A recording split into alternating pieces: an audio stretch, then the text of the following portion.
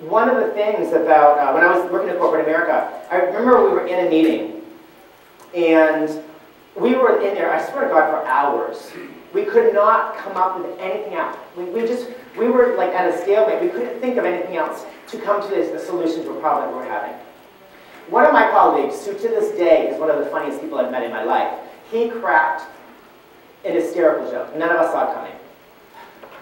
We all laughed. There were 15 people in the room. We all started laughing. It was the energy. You could feel the energy shift. Anyone ever been in a situation where you've been somewhere and all of a sudden it's so uptight, all of a sudden something happens and the energy is much more flowing?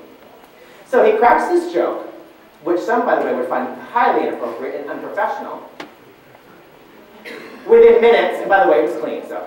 Within minutes, I swear to God, 2 people shifted enough to come up with solutions that were absolutely brilliant. And we were all like, what just happened? Because he was bringing all of who he was to the table, including his very, very funny, humorous side. So we really need to, again, look at what our definition of being a professional truly is.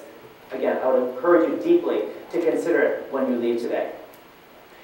Going back again to the question I had earlier, how many people are afraid that things, lines will get a little blurry between work and fun?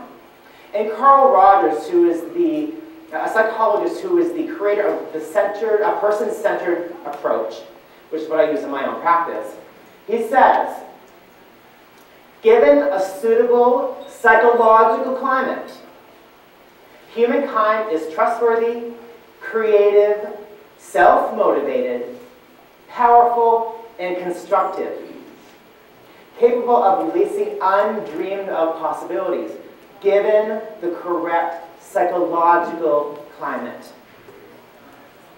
pretty interesting. He says, all of his research, when you let people and you trust them and you give them that environment, they'll come up to solutions on their own. So the question is, again, and the comment is it's up to you to create that climate. And then model what it looks like to be a balanced, fun, and productive employee.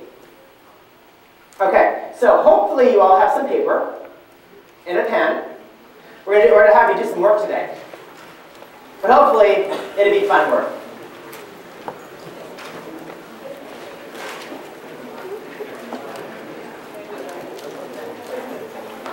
We're going to do a little exercise.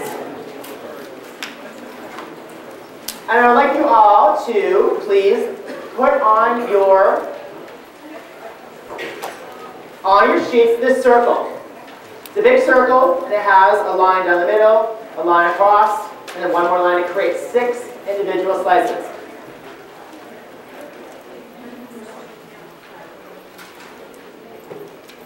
You're creating 6 slices within that circle. And I want you to label them as such. Friendships, work, romance, fun, exercise, and spirituality. Let me repeat those 6 pieces are friendships, work, romance, fun, exercise, and spirituality.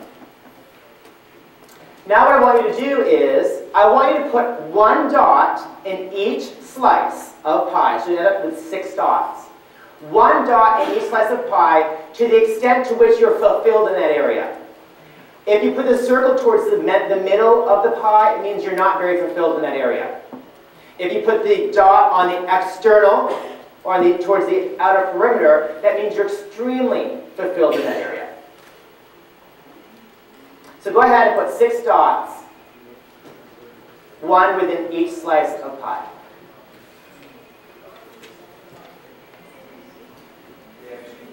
The 6. Okay. Yes, again, if you have a dot towards the center of the circle, that means that you're not really very fulfilled in that area. And if you're extremely fulfilled, you put it out towards the outer rim. So again, 6 dots.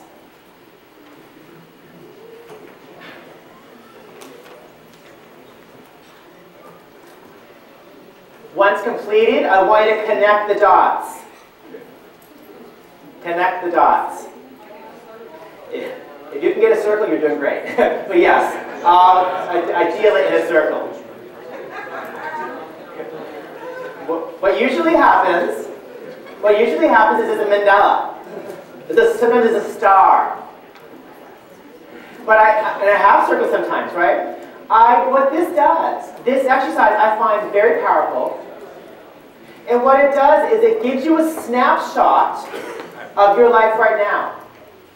And remember what I just mentioned to you, you have to model what it looks like to be fun and balanced to your people that you're working with. Because you're in leadership, right? People are going to look to you as to how do they live their life. It's a snapshot of your life. Ideally, this is going to be a circle. Ideally, it's going to be a big circle. But what you might find is it's not right now. So what I'm going to do is I'm going to encourage you, when you leave, to create 2 small action steps in each of these slices of pie. 2 small, doable, realistic action steps that will help you increase the fulfillment in the various areas. Okay, now today, because we're going to be moving on to the second secret of life, which is having fun, I'm going to have you focus on the fun slice. And I want you to, right now, create 2 small action steps. Now, by the way, has anyone ever heard of the word SMART as an analogy for goals? Anyone? Okay, SMART is an analogy for specific, measurable, attainable, timely.